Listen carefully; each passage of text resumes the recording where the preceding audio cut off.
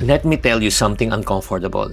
You don't have a money problem, but you have a money pattern issue. Because if knowledge lang talaga ang solusyon, dapat mayaman ka na ngayon. Alam mo naman kung paano mag-ipon, alam mo na paano mag-invest, alam mo na lahat, pero hanggang ngayon, bakit stress ka pa rin pagdating sa pera? Kung yan ang problema mo, tapusin mo tong video na ito.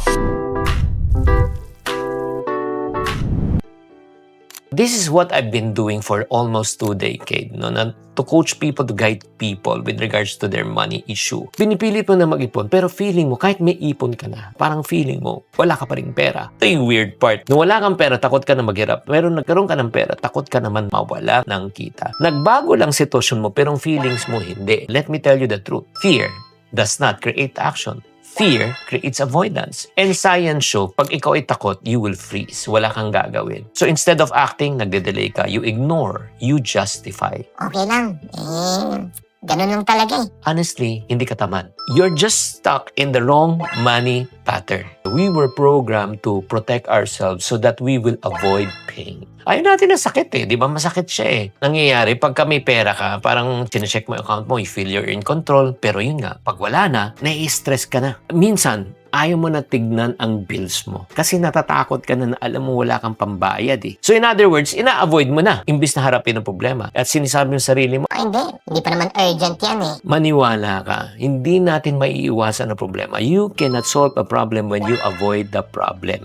Do you agree? Avoiding fear will not solve the problem. So if fear doesn't work, paano natin ma-change yung tinatawag nating money pattern issues? Bibigyan kita ng information. Number 1, people don't change because of information, but people change because of the environment. Ito lang reality. You are an average of the 4 people that you are associated with. Pag 4 ang kasama mong tomador, pang 5 ka. Pag 4 ang kasama mong sugarol, pang 5 ka. Pag 4 ang kasama mong chismoso, pang 5 ka. Pero pag 4 kasama mong iponaryo, pang 5 ka. 4 kasama mong nag-i-invest, pang 5 ka. 4 ang kasama mong nagde-negosyo, pang 5 ka. Nagigets mo, yung parang nagkakaroon ka ng peer pressure kung ano nakikita mo sa iba. And you tend to follow the majority. Kaya nga, your brain prefers na sinasabi nga, pagkasama mo mga talagang gumagastos, yun nga, shopping now, pulubi later. Kasi yun nga, you choose spending, comfort, and instant gratification. Kasi yan ang parati mong kasama. Pero pagkasama mo mga long-term talaga mag-isip,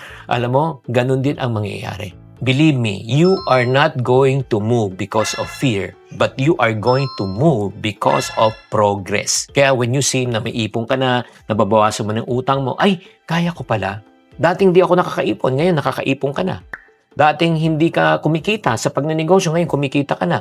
So your brain responds better in progress rather than fear. Do you agree? Type agree sa comment section kung nag-agree ka. So let me make this clear. Hindi ka nagfe-fail dahil weak ka. Hindi ka nagfe-fail dahil tamad ka. Nagfe-fail ka dahil takot ka. Ang tanong ko po sa inyo, do you want to get out of that wrong money pattern and that wrong fear? If your answer is yes, you cannot do it alone. Kung kaya mo lang ayusin yan, matagal nang ayus yan. And this is where most people fail. They try to do it alone. Mag-isa. No system, no accountability, no support. So what happens? You go back to the same patterns. Do you want to get out of this wrong money pattern? Type yes sa comment section if you are serious. I created a break-free conference. This is not just about learning, but this is all about transformation. Dito, i-identify natin yung mga wrong money patterns mo at babaguhin natin ang iyong mga money habits so that you will have accountability, you will have a real system, and you will be surrounded with like-minded people. And finally, you can move forward. So kung seryoso and ready ka, I want to invite you on April 25, Saturday from 1 p.m. up to 7 p.m. Pwedeng online or face-to-face. Ikaw ang pipili kung saan ka mas convenient. But don't delay this time. Kung hindi mo ginawa ng paraan yan, last year, this year yan pa rin magiging problema mo. Pag hindi mo ginawa ng paraan yan, next year, yan pa rin magiging problema mo. So ready ka na mag-break free sa iyong wrong money pattern? Just type BF in the comment section or go to the link para ma-check out mo and make a decision. Hindi na try, but this is the time for you to change.